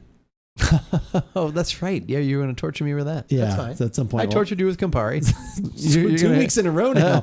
I'm sad to say I don't care about the Mexican pizza. Plus, our location was out. Okay. I'm going to pretend that I didn't hear the first part and I just saw that you were out at that location. So that's totally fine. What is your go-to Taco Bell order? Now you're tacoing about dinner. Giving something to taco about. Oh my gosh, Bonnie Raitt is in here at the moment. That's right. Everybody's tacoing for the weekend. That was weak. Yeah, I would definitely buy. If I saw that again, I would buy another one of these. Yeah. Would you buy one of these for yourself, knowing that you'd be the only one to drink it? I think I would, and also just to see what Pocket thinks of it as well. Yeah, I would drink one of those. It's something to have in the mix. Do you think that sometimes the way something is presented to someone can have an effect on how they taste it? Oh, of course, you can easily. I'm just wondering, I'm just saying, like, if you did buy one of these, I'd be interested if you say, like, oh, you should try this. I think you might like this one, as opposed to saying, like, hey, this is the one we were talking about that we thought might be too beery for you, and now you've put beer into her brain. Yeah, you've definitely. But I don't think that would influence her. But yes, definitely. I mean, I can influence anybody if you told. No, of course. And I'm not to say if you told me you're like, here's this thing. I don't think this may be like Campari to you. Remember the Campari? Like, oh God, Jesus, this is going to remind you of Campari. Try it. Exactly. Oh, yeah, you're already going to go ding ding ding. Yeah, ding, ding, ding. exactly. No, I'm just saying. No, of course. Okay. That's why you try to play it. Poker face. Okay, you go a little. Lady Gaga. On me. Well, no, if you truly are looking for someone's honest, unbiased opinion, you just. Hey, try it. Or, hey, try it. Yeah. Try this. I'm not looking at you at all. You put your mask on. That's a good reason to have a mask. Yeah, try this. Yeah. Whenever I have someone try something so they can't see my face, I have them. Be cool, Keith. Be cool. Steady. Steak quesadilla and beefy 5-layer burrito with some Baja Blast. That sounds like a good order. That sounds okay. I'm definitely okay with that. Approve of the Baja Blast. Sadly, they no longer make the Pitch Black, which was my favorite of the alternate Mountain Dews. I remember your son and my son both used to also love the Pitch Black Mountain Dews. Oh, that's right. I think it was a birthday present. There was birthday presents on both of us. Like at some point, I found like the last 12 packs, and I gave your son one and my son one. And I was like, "Here you go." Yeah. that was one of my favorite like alternate flavors. Yeah. Can I have one? Although the watermelon one's not bad though. Some of those just get so sweet though. Like I'm almost like at the point where I drink so much of the seltzer water now, like sodas. I'm like. Ooh, it's funny how that works with your palate. The more you kind of stay away from things. The Pitch Black. I know. Did you like the Pitch Black too? I couldn't even remember. Man, that was my favorite like alternate weird soda that they did. Like I said, that they kept around. That one I would say that I don't find around the Pitch Black. And then this is going to sound completely like ridiculous and cheesy, but I think it was when Halo 3 came out. They had like Gamer Fuel or they had and it was like, but it was orange and it was basically like Orange Mountain Dew. That one was really good. Oh, I like that one too. Isn't that like the soda we just had? What was that one? So Ski? It was even, the Ski. Yeah. It was even more than that though, because this was almost like an Orange Crush, but with like a little bit of like it almost reminded me of like, there was something in it that reminded me of like Smarties or something like that. I don't know why, like that kind of like, not that it was powdery. Gamer Fuel for the win. Yeah, 100% are. Like I said, it was one of those ones. I remember like buying one. I can remember buying a 2-liter bottle of that at the store, like, and also like, oh my God, and like going back and like buying a bunch of those and just having it around. Like, Gamer Fuel, Gamer Fire. Yeah, exactly. This is the James Hetfield version. Gamer Fuel, Gamer Fire. Gamer that which we design. It falls apart there. Well, that was really good. I actually did like that. Was different than I thought it was going to be, because every time I read it, I had to like refresh my brain of like, this is a Dunkelweizen, this is this. Halo Arizona Sunset flavor. Is that an actual flavor? What are you talking about? That sounds good though. Actually, that would be good. You'd use the Gamer Fuel, which is the Halo. Then you'd use some grenadine for the Sunset part. Oh, yeah. And they put some tequila in there. So you've got caffeine, you've got alcohol. These are the perfect drinks. I used to love the Orange Mountain Dew. Thank you. Stone in here also with the Orange Mountain Dew love. I've hit a chord. This is going to be my new platform that I will run. I will campaign on the Orange Mountain Dew platform. Bring it back. Bring back the Pitch Black and the Orange Mountain Dew and, I don't know, funding for education or something. And everyone will be like, I don't know what the rest of his platform was, but he said the 2 sodas that I enjoy. All right. We've got a whiskey that we're going to bring to the table as well. That is going to be the final beverage of the evening. I'm pretty excited about this one. Old Fine Whiskey. We've got something from Old Forester. This is their 1910 Okay. I almost was going to buy the Prohibition 1920, which I know that I like. 115 proof, so it's in the proof area that I usually always enjoy, those higher proofs. And like I said, I've had that one before and really enjoyed it. It's hard to find zero. Oh, I bet it is hard to find zero versions RX. I'm sorry about that. Yeah, some of those ones they never did either a good version of it or not. For like I said, for the sugar free or the Splenda versions. But I was kind of looking at, they had multiple different ones there. And I was like, well, I've had that one. Here's one I haven't had. And also I couldn't remember if we had done the actual Prohibition one on a podcast. I think we may have. I found a picture of it like when I was searching. I was like, well, I've had a photo of this downloaded. So I'm like, we did it for something. I thought we did. Okay. So we've done one on that, like I said, which I remember liking that one. So this one sounded different and unique. It is only 93 proof. So I apologize if people need to leave the chat right now. It's under 100 proof. Apologize. But we just lost HJ. I know. Yeah. What made me interested in this one was kind of the story. So this won't be part of the podcast. So I just kind of want to talk about this right now. And who knows, some of this could be, they probably embellish to kind of, but Old Forester's been around for so long, they don't really need to embellish. So on October 22nd, 1910, a fire on the bottling line halted production of Old Forester. Terrible. Mature whiskey ready to be bottled instead was stored in a secondary barrel. What emerged was a delightful whiskey remarkable enough to become an entirely new expression, old fine whiskey. Rabbit, storming out, exactly. See, I knew it. Damn it. There's a flaming hot flavor. There is. I've seen people try that like it's the flaming hot Cheetos, but it's flaming hot Mountain Dew. Oh. Yeah, I don't need that. I don't either. Not on my beverage. It's not my thing. I've had people have it and they're like, it's okay. It's like, anyway. Yeah, I have seen that RX. So now today, mimicking this historic bottling, this unique expression of Old Forester has undergone a second barreling, granting it exceptional character. I won't read the other tasting notes things. Okay. But anyway, so this one gets a double barrel type thing. We looked up earlier because I couldn't remember. I thought they were owned by someone else, but actually the people that own Old Forester own a lot of other things. But this company also owns Woodford, which makes the Woodford double oaked. And this kind of sounds like the double oaked because this is that's one of my favorites from them at that lower proof. But this is probably gonna be on the sweeter side, maybe a little smoky, so I'm very excited to try this one. Cause nice. I like the regular Old Forester thing. And I was like, ooh, the double barrel version. But the bottle's half empty. Oh wait, no. Not even open. Oh, the plastic is not off. We're going to open it completely fresh in here. Woo-hoo. I figured 93 proof. We did not need to do any kind of aeration or anything like that. We're past that. We're past that part. Like I said, we don't need things. To. Yeah, we're into cask strengths and barrel aging. We're fine. Like I said, we actually are going to pour some of the Pinhook into this just to up proof, which people don't ever really do. Like I said, we're going to try that new process. Raise the proof. We're going to raise the proof. There we go. Let's raise the proof. That should be a thing, 100%. Raising the proof. But yeah, so that is what we're going to have. Should we take a quick break? We got to go grab glassware and things. We got to do it. And then we'll be right back and we'll try this old fine whiskey. So, actually, before I go, one more thing that I thought was interesting. One more thing.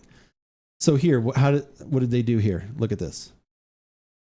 They spelled it with just the Y. Which I thought was weird because that usually means Scotch, out of the country, whatever else. But then I did this. Wait, where is it? Because it's up here too. See this? Uh-huh.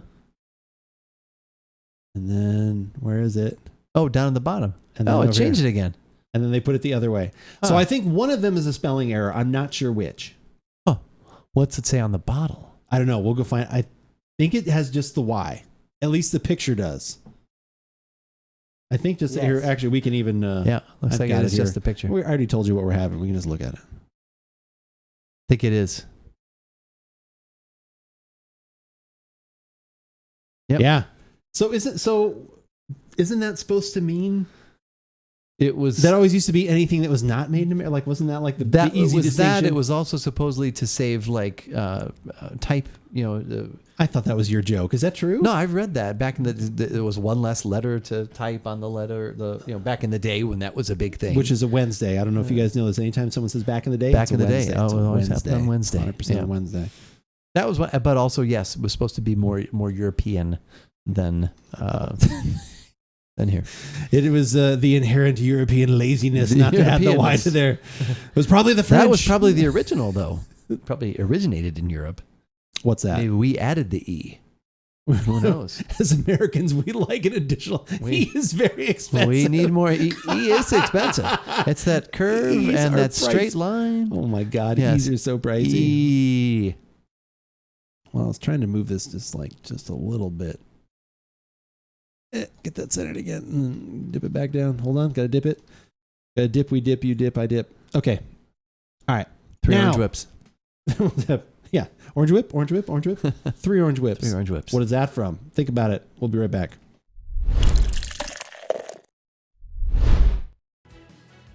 If I was going to start my NFT career, it'd be owning the letter E. It's the most expensive of all the vowels. That's right. Sorry if we left you in silence. Yeah, that was weird. Sorry about that. There we go. Hopefully you picked, you maybe meditated. Sure. Maybe just enjoyed the silence. Sure. Maybe you just listened to the sound. It's true. Of silence. Hello, darkness, my old friend. We've come to podcast for you again. And a beverage softly pouring. Okay.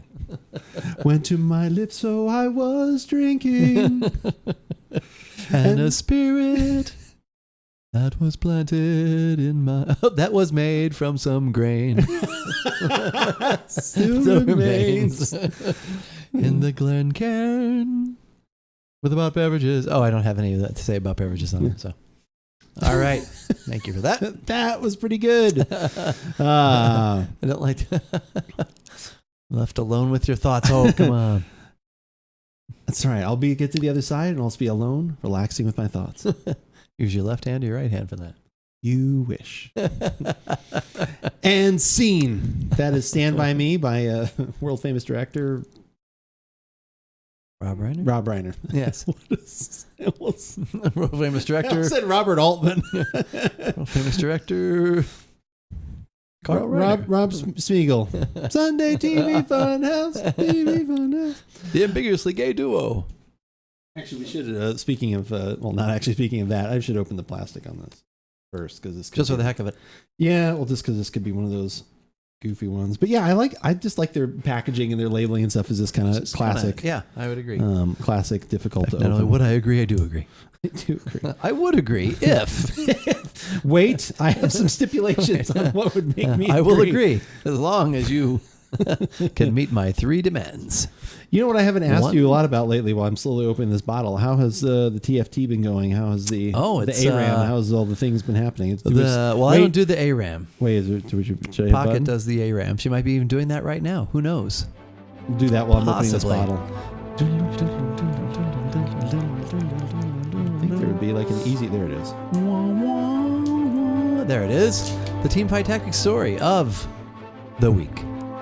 Story brought to you by Old Forester. Brought to you by Old Forester. Old Fine Whiskey.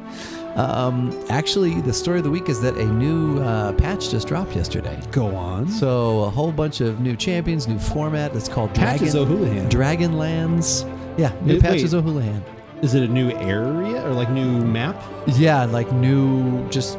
Yeah, new like, background battlegrounds and all the champions. Does that affect the gameplay at all? Or champions just the look of it? Have new skins. Yeah, it does. They changed up. They changed up a lot of traits. There's some new items. There's some new champs that cost more now. The dragon thing is very big. We're still we just played. We played 3 games last night and 1 this morning. So we're still getting our. But they were all victories. The last 2 we came in first place. Nice. Oh wow, nice. So but it's funny. I realize the same thing every time this happens. Like the first game, I'm just after a new patch. Yeah, after a new patch, I know what I'm doing and I don't know what I'm doing. And because some stuff carries over. Some stuff does. But then you get dicked by something else. Well, and then because of the new skins, the champs look different. There's a lot, but it's funny when you, it's just kind of like life anyway. You learn. I know now when this happens. Okay, I'm going to experience this certain feeling, and it's okay because I know the next time it's not going to be there. Because you're good enough. You're smart enough. Doggone it, people like you. But no, it's just one of those, and it is. It's like the same. And so I don't get all, I'm just like, okay, this first game I'm gonna be a little lost, but I'll have fun. And then the next game, okay, I'm getting it. And you just realize that's the form. That's how your mind works. Your mind, adapts, overcomes, and adapts and overcomes. So, and so we're having fun. Looking forward to more of that. So that literally just dropped though, just yesterday. Oh wow, okay. Yeah, and we knew something had to be coming because there hadn't been a major change in a while. But yeah, it had been I know we've talked a few times. We're like, no new patches, nothing. Yeah, okay. So and that resets ranks and everything then too, right? Yep. Yes. Back to the ground floor then. Back to the ground floor. Yeah. How long does that usually take you to get back? Because I'm sure you're kind of your mid-level is probably that gold area, and then it's you kind of peak into platinum, we're diamond kind of thing. Iron or something right now, or bronze. Okay. I can't remember what we just moved up into with those two wins. That sounds solid. Yeah, that's one of the lower ones, but okay, it's not cardboard. No, it's not cardboard. It's paper. There's it's rock and then paper. Matzo cracker, cardboard. No. Matzo cracker. The different levels of team fight tactics. Yeah. And then you make your moves. There's a lot of layers. There's a lot of layers here. Oh, I'm in Redwood right now. Oh my God. Speaking of Fraser, I'm with in the paint, teak. Buff, pill. Yeah, what was it? Wait, there's a color between. A different color in between. Yeah. Yeah. Okay, now it's pearl. Oh, yeah. That is a good part. Because he has to get the carpet replaced because it's something catch on fire. Is that what that one is? I think it's when the oil leaked on it. Oh, because then that's the one where the chair falls out the window. It finally. Yeah. Oh my God. Is that the one where he gets it remade? Yeah. It's so funny you bring that one up. I literally was just talking because there's an episode in season 1 because my wife and I have been rewatching Frasier and Keith's dabbling in it again. I swear at some point he'll finish it. Someday I'll get through it. But there was an episode where he tried to buy him a new chair, and that's the one where they're sitting in the vibrating chairs. Yeah. They're like, oh mama, they all and then he sits in it and he's like, you're disgusting. But anyway, but they have to go find it and they can't. And it reminded me of that episode. I forgot that was part of it. Yeah. But it mentioned one of the things. Berserker, how's it going? Good Berserker, you were in the perfect timing. We're just about to do the whiskey. We haven't even done it yet. Haven't even started. You're in amazing timing. He knew. He did. His amazing, beautiful beard. He just stroked it just enough, and poof, like a genie, he showed up. But no, I was because that was going on. I said, I know it's not this one. I said, but one of my favorite episodes is when he gets the chair remade for him. Because the line that and I'm going to misquote it, but man, the line he says, he talks about, I don't know if it's the fabric or something. He says, when I got them to admit that they made it.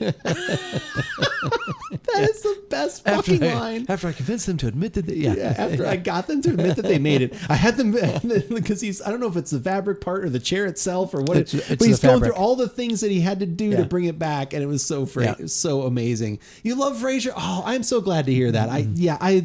Like I said, we've watched through it, like I said, completely, I think 2 or 3 times now over, like I said, over my lifetime or whatever, since it was on. And then I had never seen some of the last seasons, and then we watched through all of them. Like I said, our whole family loves, between Cheers and that are just some of our favorite shows.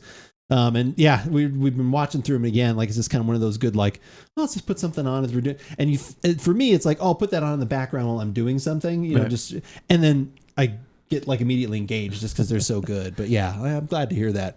I'm late, but my whiskey senses were tingling. Is that what was tingling? Oh God. Okay. Whiskey man knows whatever whiskey can. Have you watched doing that weird little dance there made me think of Mike Myers. He has a show on Netflix. Have you watched that yet? Have you watched that yet? I have not. I've seen him doing the talk show circuit, and he's been just very funny, watching him on that.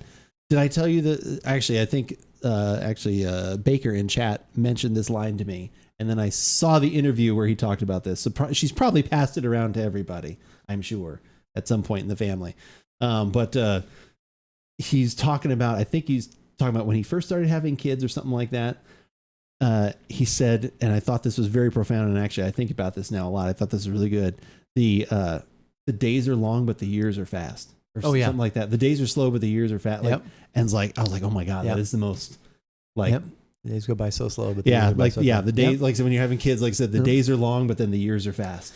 There was somebody in my line a couple of years ago, I think maybe around when Ben was going up to college or something, and she was talking about her kids, and I was talking about and she said that, and I was like, oh my God, is that? I said, is that yours? And she's like, and she can't look at me. She's like, no. She's like, that's been around for a while, and I was like, but that's brilliant. I'd never heard that. But yeah, no, I love that line because it is so true. That is one of the most true things I've ever heard spoken. Now the days and the years go by fast, but back then.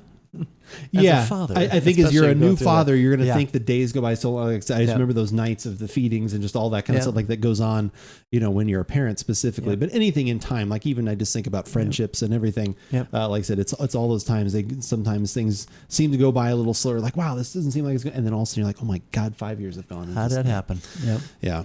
I watched that show. It's very Mike Myers. So I've seen clips like when he's been on the shows, and it does seem like it's very Mike Myers. Yeah, I've seen it getting like because he's like reviews. 18 characters, I think, again, or something like that. Yeah, like he's like it's basically like a group of old men that like run the country somehow. The or something Pentaveret, like the five. And so he thought of the secret society. Yeah, like and some of them are based on his dad and stuff like that. But I don't know. I might be in the because he references. I think I told you that he references it in "So I Married an Axe Murderer." Oh, that's right. You did say that. Yeah, that he talks about that in that movie. And then, he's actually made this series based on that. So, yeah, maybe I haven't really heard anything either way. So, I haven't either. I've just, like I said, again, I've seen, he's been on like, I think about every talk show.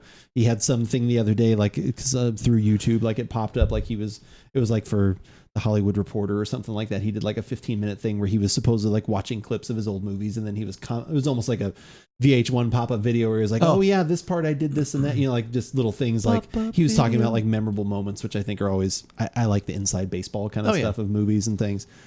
That's the only thing I'm bummed at. I know so many tangents right now. That's the only thing I'm bummed at. I bought the Batman on Blu-ray and 4K and DVD or whatever. And I was hoping, and it doesn't look like it's on there.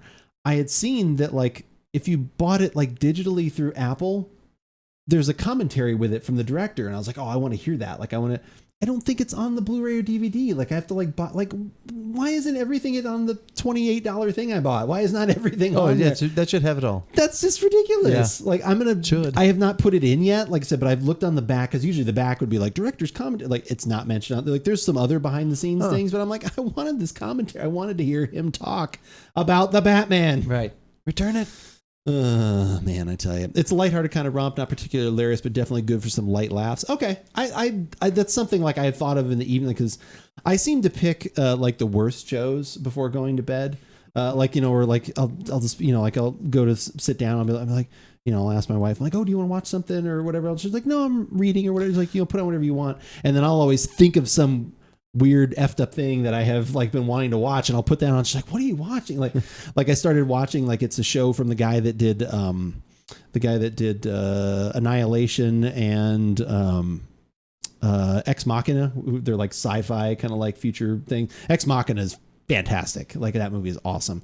It also has Oscar Isaac, which he's great too. But anyway, he's in both of them. But anyway, like so that was, and I was like, oh, I want to see it because it has Ron Swanson is in it. It's got he plays like almost kind of like a, I don't know, it's like a tech company thing, and like someone like this is all in the first like episode, like and somebody winds up dying, but it's like what are they actually like researching? So it's kind of futuristic, like kind of cyber world, like tech stuff or whatever. Yeah, I think Ex Machina is great. Like I said, Annihilation was good. Like that one fell off for me a little bit. That's a good pre-bed show for sure. Ex Machina is fun. Yeah, I highly recommend that. If you like sci-fi, like what is the meaning of being an actual person and AI, and like I think it's very fascinating and it's like really well. Man, you're getting a lot. I'm striking some chords tonight. You like, are. All right, so we're gonna do a movie watch night of Ex Machina. We're all gonna have some gamer fuel and apparently some Taco Bell or something like that. I've got I'll just hit all three things. Oh, did you watch the whole thing? Yeah, what is it called? You'll remember. Please tell me what it's called. Like I said, yeah, I think I watched 2 episodes, and the music at the very beginning though is very like, it's like unnerving because it's like, it's like kind of like sounds and things like that. So it's a good tonal thing. But like I said, literally my wife's reading, she's like, what are you watching? And it's like I'm sorry. I'm like trying to turn it down. I'm like, I wanted to see that. I need a Mexican beat. I'm telling you, I think this is what we do. I don't know what a Ferger? I don't know what a Ferger is. A Ferger. I forgot. No, I gotta look it. I'll look it up quick. Sorry, this is gonna bother me, and then we'll get to the podcast. I'm stalling long enough. Why did I type that? Annihilation was good and ambitious, but admittedly hard to execute. Yes, Berserker, as always, you have put together my thoughts exactly. Yeah, 100%.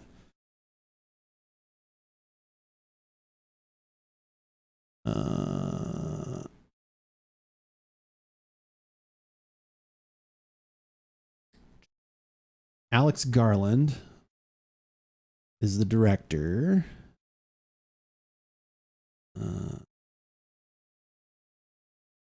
Writer, so he wrote on Halo.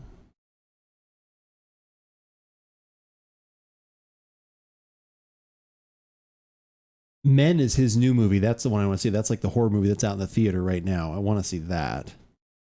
Well, this is really annoying. Men. If I find it before you guys do, I'm going to be upset. You guys should be able to do this. Wait, Devs. There you go. Thank you. HJ got it there. It's called Devs. So yeah, it's like about these developers at the software company, very Google kind of like, but yeah, like I said Ron Swanson, but we know who I'm talking about. Like I said, his like Nick Offerman. Thank you. Is like just kind of creepy, all-seeing kind of character, and yeah, it's.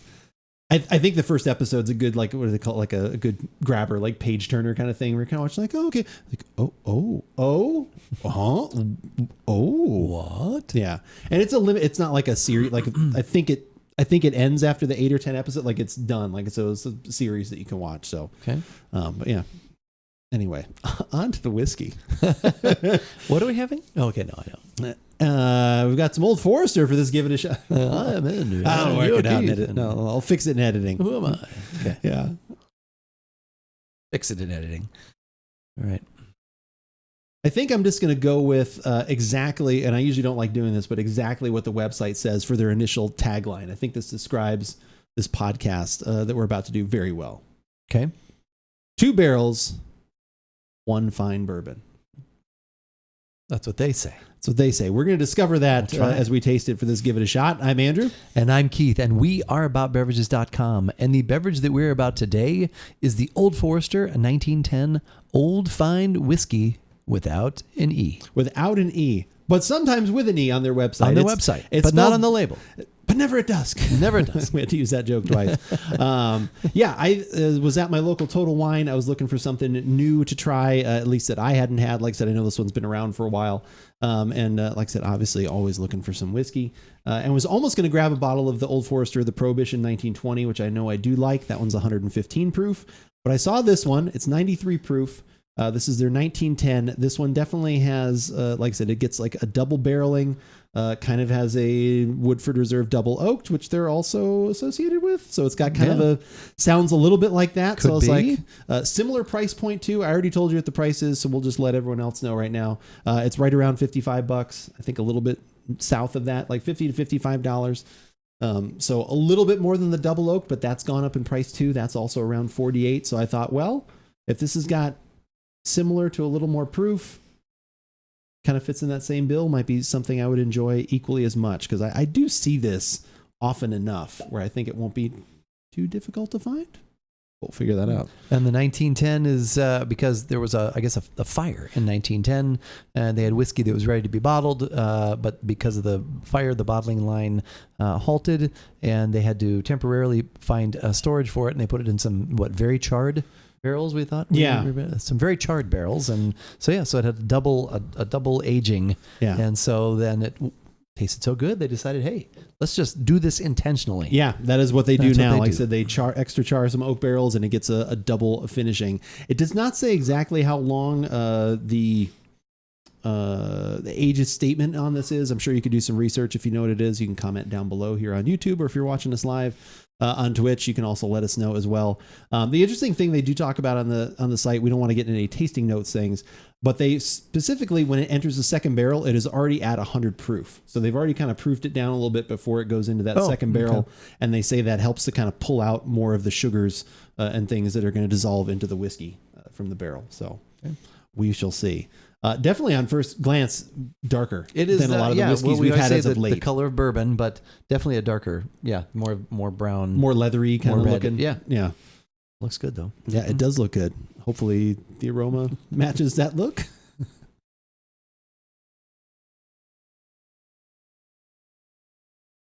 Oh my. When you kiss someone for serious, it's kind of scary, isn't it? I know what you're going for there.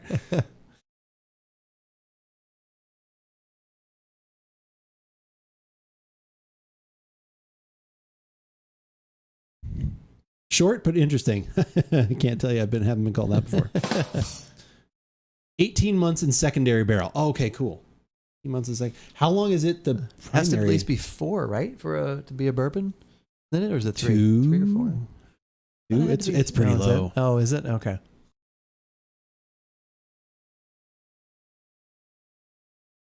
So you have HJ out there doing our research. HJ doing our legwork. I appreciate that. 18 months in secondary barrel. Okay. Does it say the age statement for the first part?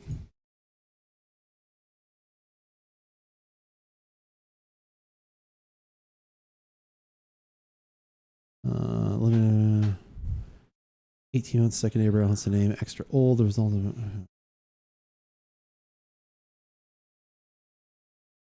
Old Forester 1920. 4.5 years.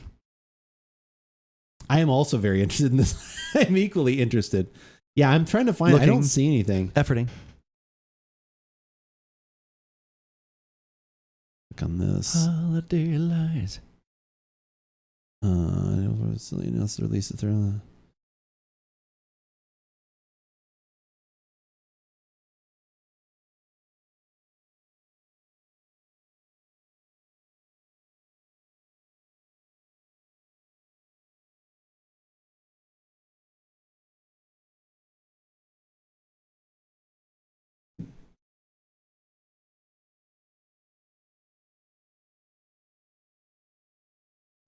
Yeah, I can't find it either.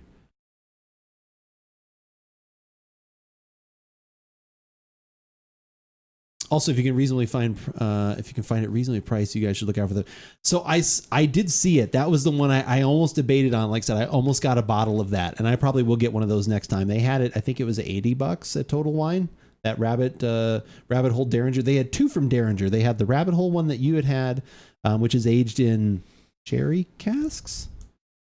Berserker, and then what was the other one? And then they had another one there that was just like a kind of like a regular run-of-the-mill bourbon one. I think that one was still 60 or 70. Like those seem to be a little pricey, but like I said, I know you really like the Derringer one. You still haven't had the Ride the Lightning though, right? You said you were going to have that one maybe this weekend. You ready? Yeah. Okay. Pressing.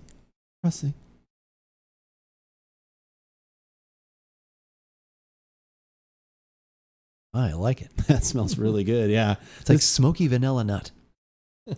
I was honestly, those were the things that, like I said, yeah, I was thinking there's a little bit of smoke. It's very light, but there's a little bit of smoke. Yeah. Vanilla comes through. And the nuttiness for me is almost like there's a little bit of fruit in there too. Like I'm getting something a little sweet, a little caramel-y. That's where I was going more. And it could be just those things kind of like, if you have there's a little, there's a touch of fruit in there too. Yeah. No, I think that's a good description. But very nice complex aroma that I like. And then there is still like there is still a little bit of alcohol hit too. Yeah, it's which there. I'm always, we did just open this, which sometimes can affect that a little bit. I did try to mix it around. It just goes right. I just like it because it's present and yet not overwhelming.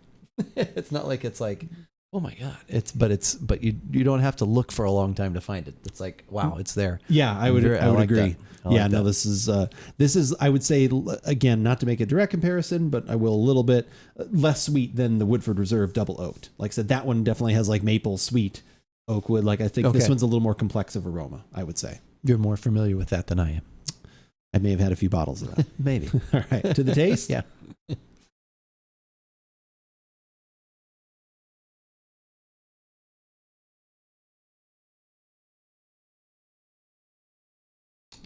Rabbit Hole is the brand. Have not had the rye yet. I may be tempted this weekend. I hope you're tempted. I want to find out about that one. I need to look for a bottle of that anyway.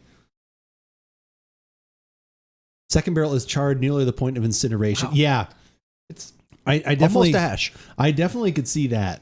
Oh, actually, it's funny. If you type in Old Forester, like one of the things that comes up, 1910 versus Woodford Double Oaked. Oh. That is one of the options. So that's not surprising.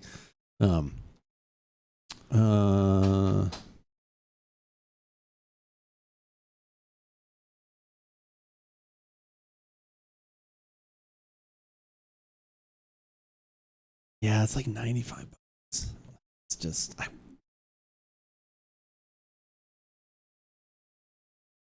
available. Pickup available at San Francisco. Well, let's go. Let's get Let's get on to San Francisco. Sometimes I feel before my time is up on this mortal coil. I don't know. We need to do a brotherly trip. 3 brothers just like go somewhere. I don't know where. We'll go to San Diego, and then we'll go to Santa Rosa. I would love to. I would love to do. I would love to do an up. Oh my god! Yeah. Oh my god! Why are we? I don't know. I was talking with JJ. Why are we the Democratic National Convention? Ah! Oh my god. No, that would be good.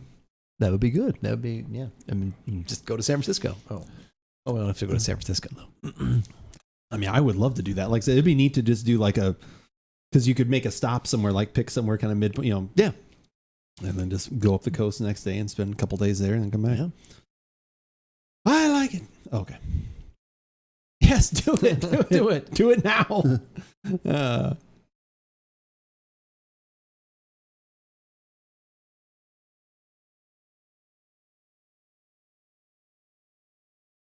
Got your thoughts? I think so, yeah.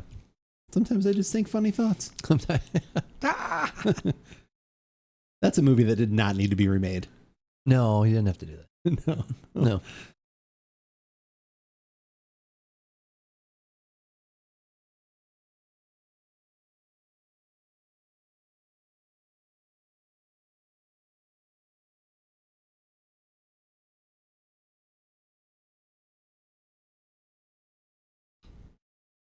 I think I like the aroma more than the taste.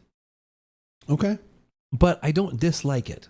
Okay. It is a little hot for 93 proof. 46 and a half. It's funny. I know how you've been saying there's a certain proof you like nowadays, and it's also because of the body. So it is a little on the thinner side. I was hoping for a little bit more but not hoping because I don't expect it to find there. I would have been happy with that, but so it was just a little bit of a burn, but I like the flavors in there. I like the nose more. I like the aroma more. So I think more in the taste, you get more of the oak and the char comes out.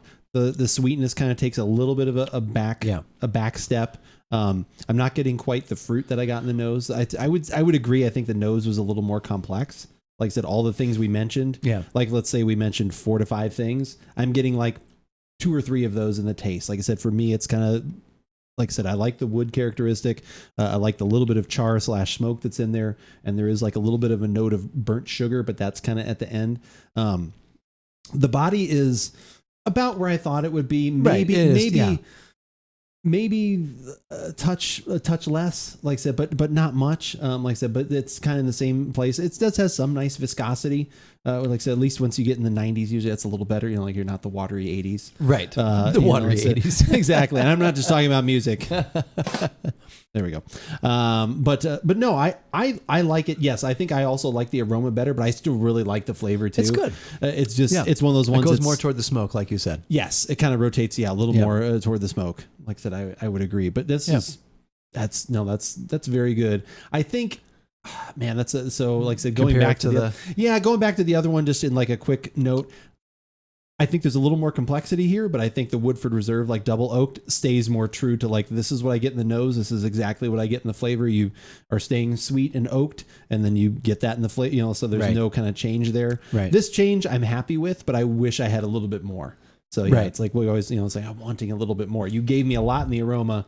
And then it unfortunately, like backed off a little bit, but it's still very good. I'm happy with my purchase. This is one I would buy again. It's a little more cohesive in the aroma to me, whereas like in the taste, it's a little just not as quite as smooth, not in quite as much harmony, but still good. Yeah, probably just because of that flavor profile in general is like a little bit less. Like it needed one more thing to bind that. Like if the sweet came through a little more, I think. Right. Like if it had a little bit more of that, caramel or something that would have had that fruit note, I think would have bound that together a little more. But I still think it is a very good. And also what I still think is very good is our website, AboutBeverages.com. Still very good after all these years. It's still crazy after all these years, as Paul Simon would say. That's right. But yeah, you can find everything we have ever done in its entirety there on the website at AboutBeverages.com if you want to go check that out. If you only want the latest videos, we've got you covered there as well. YouTube is the place to go. Hit the subscribe button, and you will be greeted and granted with a couple videos every week, maybe a little bit more. coming up soon. I'm going to start putting, I think, some of the shorts that we do up there as well. So maybe a little bit more content showing up on YouTube if you're not a TikToker or anything like that. We'll start pounding the pavement there as well. If you only want the latest audio podcasts that we do, we've got that covered as well. Google Podcasts, Spotify, iTunes. If you have a favorite podcasting app, you can just search for About Beverages and you'll probably find us. Also, places you can search us are the World Wide Web.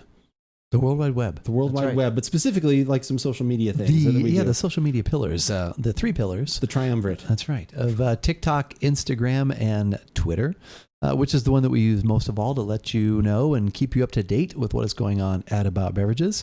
Like earlier this evening when I tweeted that we were about to go live on twitch.tv/AboutBeverages, which we do most Thursday evenings around 5:30 Pacific time. Sometimes 5:50. Sometimes 5:50. Yeah, sometimes 5:42, but around 5:30. Before 6. Never at 6. Never at 6. We get together, we try some different beverages, we record some podcasts, we hang out, we chat, and interact with our viewers, and just have some darn good fun. And throughout the week, Andrew's going to let you know what he's going to be doing in the gaming world, as far as what he's going to be playing, what he's going to be drinking while he's playing those games, and for all the latest, keep up to date with us at Twitter. But as we always say, whether we like it or not, you should give it a shot. And that is a podcast. Yes, do it. What are you waiting for? Don't put it off. Are they listening? Oh my gosh. Wow, so much yelling in chat all of a sudden. Man, I come up with an idea. Yeah, I really like the aroma. I drank mine too fast. And then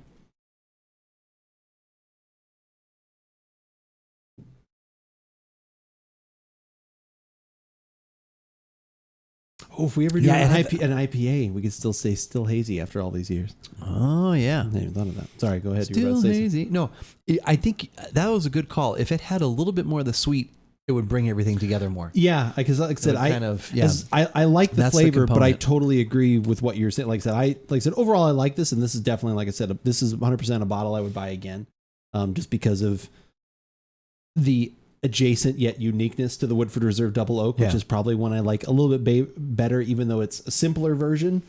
I think it's a more cohesive version. Yeah. That sweetness would, like I said, just take all of those notes that are kind of almost acting on their own in the taste and just kind of just give them a binder almost. So what I'm thinking as of this moment, if I was to make an infinity bottle. Oh, okay. Little fitty. Of those two. The Woodford Reserve Double Oak, bring more of that sweetness in there. Yeah. Maybe even 60-40 of that, and then this, and kind of get a little bit more of like that's that when you get down to the end of your bottle, right? And you pour it in like a decanter or something. You kind of you basically make your own little, I mean, some people will do it even with new bottles too, because they'll be like, oh, I like this blend of whatever, and they just pour those. But yeah, a lot of it has become like you've got these little amounts of different things left, and you make your own blend too. They show up on the secondary market. If my infinity bottle showed up on the secondary market, I'd be pissed. I would be angry. No, because you sold it. So, oh, okay. Yeah, you're selling it. Yeah, that's true. Maybe I should start do that. That's not a bad idea. This one sounds intriguing. Are you recommending it to Berserker? That's an interesting question. That's an interesting question because I like I said, Berserker and I like I said, I don't want to ever lead him astray. How much do you like the Woodford Reserve Double Oaked? I know you like that one a decent amount, but like, do you love because man, it's tough. Like, I feel this is missing a little something. And like I said, at 55, it's not bad. Heard you do the Dean scream earlier. This prompted me to watch Dean scream Mixed because it was holy shit. Nice. Yeah. Nice, myopic. Yeah. Didn't they tie that in one time to like Welcome to the Jungle or something like that? Wasn't it? Oh my God. Yeah. I think they had that. I think that would be that great. Was a meme or a video at some point. What was it? Howard Dean, wasn't that? Yeah. Howard Dean. Let's see if this actually comes up.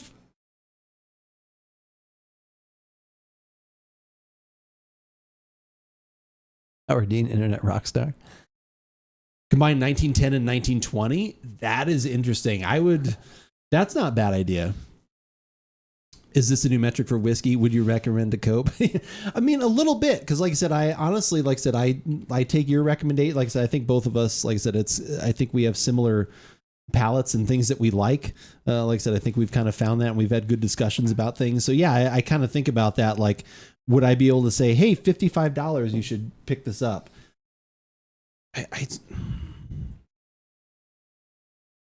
I would on one level, because I'd love for you to try it just so that we can have a discussion about it. But I don't know.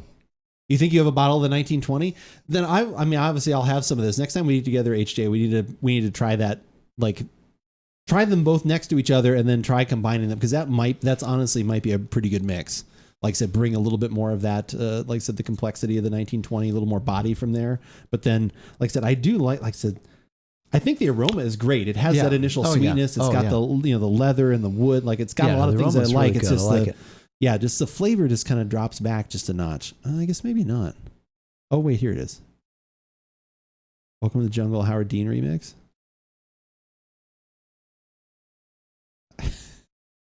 Is this actually a thing? I swear this was. Is that it? Is it down lower? Man, when is this from? 18 years ago? What? No caps, no yelling. Give good thought. The immediate response from those who know you also well and care. That's true. No, that's true. I don't think it's ever going to do anything. Is that ever going to show anything? I don't think so. Yeah, that's it. Oh my God. It links to a GeoCities website. 18 years ago. I shouldn't go to that. Welcome to the Jungle. Intro Howard Dean. It's gonna be a rabbit hole. I won't be able to find it. No, what is it? That was actually what I wanted to look up. What was the proof of the Woodford Reserve Double Oak? Oops.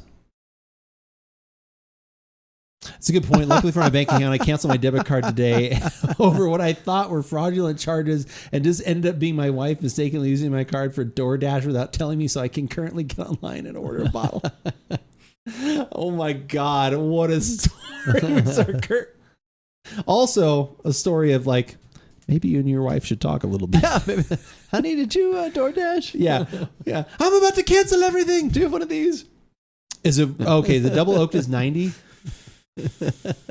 Yeah, it might be nice to add a little more proof to it. Then that is a good story. Were you outside checking to make sure the gate was closed, and then you realized that all of a sudden you had a mischarge on there? Or was it 80? I'm gonna look it up right now.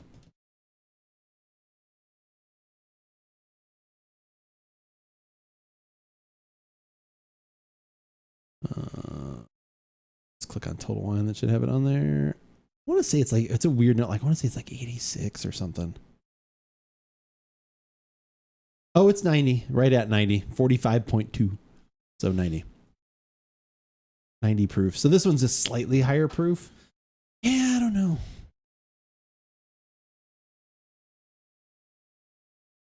Yeah, I'm not sure. Something in there would be, like I said, I think there's a good bourbon waiting to come out. Like there's something in there for sure that I think could be like super delicious.